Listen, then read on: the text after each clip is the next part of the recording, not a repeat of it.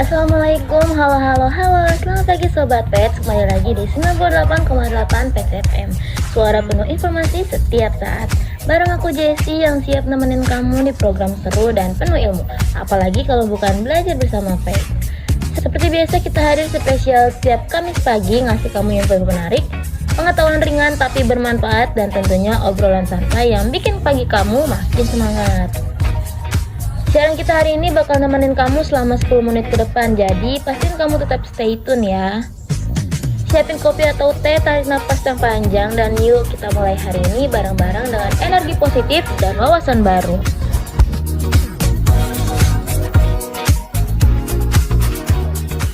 Selanjutnya kita masuk ke fungsi siaran radio.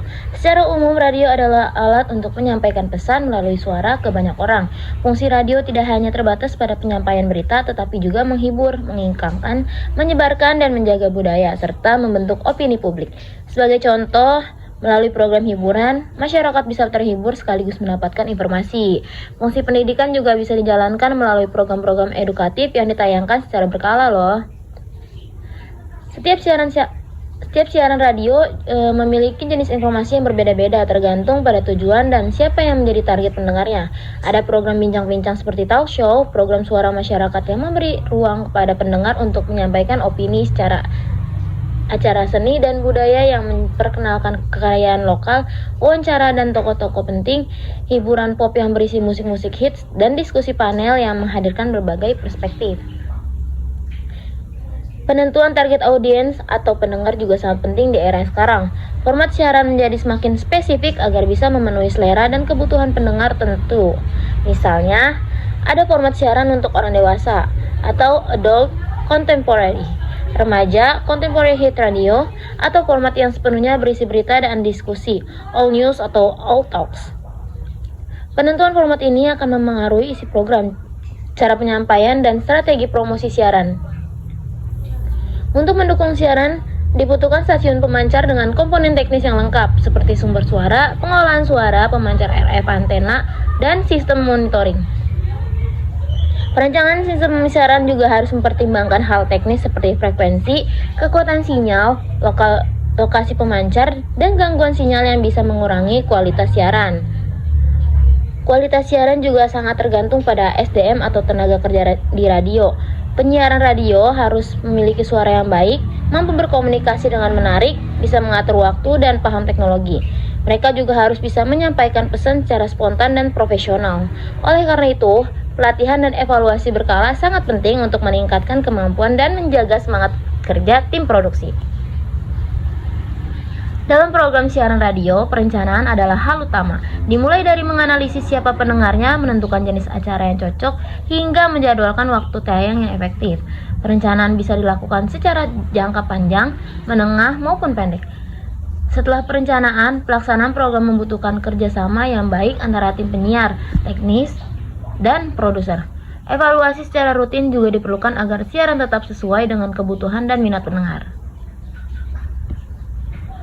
Proses produksi siaran terdiri dari 3 tahap, yaitu ada praproduksi, produksi, dan pasca produksi. Di tahap praproduksi, tim merancang topik, menyusun naskah, dan menentukan narasumber, dan menyiapkan alat. Saat produksi, acara dilaksanakan secara langsung atau direkam. Tahap terakhir adalah pasca produksi, yaitu evaluasi dan pengarsipan hasil siaran. Selanjutnya, sinyal suara harus dikirim melalui gelombang radio.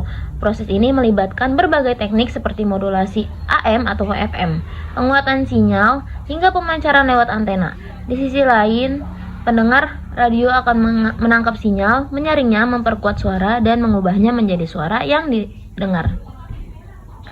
Salah satu bagian penting lainnya adalah perpustakaan audio radio, yaitu tempat penyimpanan arsip rekaman siaran. Isinya itu bisa berupa berita, wawancara, musik, atau materi edukasi. Rekaman ini penting untuk dokumentasi, siaran ulang, serta pelestarian budaya. Oleh karena itu, pengelolaan perpustakaan harus profesional, termasuk menjaga kualitas rekaman dan mendigitalisasinya agar tidak rusak. Sebagai kesimpulannya, radio masih menjadi media yang relevan untuk menyampaikan informasi, hiburan, dan pendidikan. Namun, untuk mempertahankan eksistensinya, dibutuhkan perencanaan program yang matang.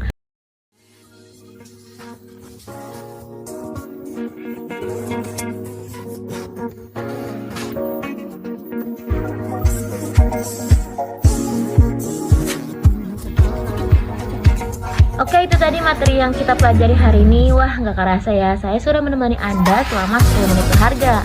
Selanjutnya jangan sampai ketinggalan informasi menarik lainnya setiap Kamis pagi di 98,8 PCFM. Suara penuh informasi setiap saat. Dimana lagi kalau bukan program belajar bersama Faith. Jika ada pertanyaan, silakan kirim melalui WhatsApp di 08588888 atau email faithfm@gmail.com. Oke, ini saja saya pamit undur diri. Sampai ketemu minggu depan dengan berbagai materi menarik lainnya. Ya, kurang lebihnya mohon maaf. Sampai jumpa minggu depan. See you. Wassalamualaikum warahmatullahi wabarakatuh.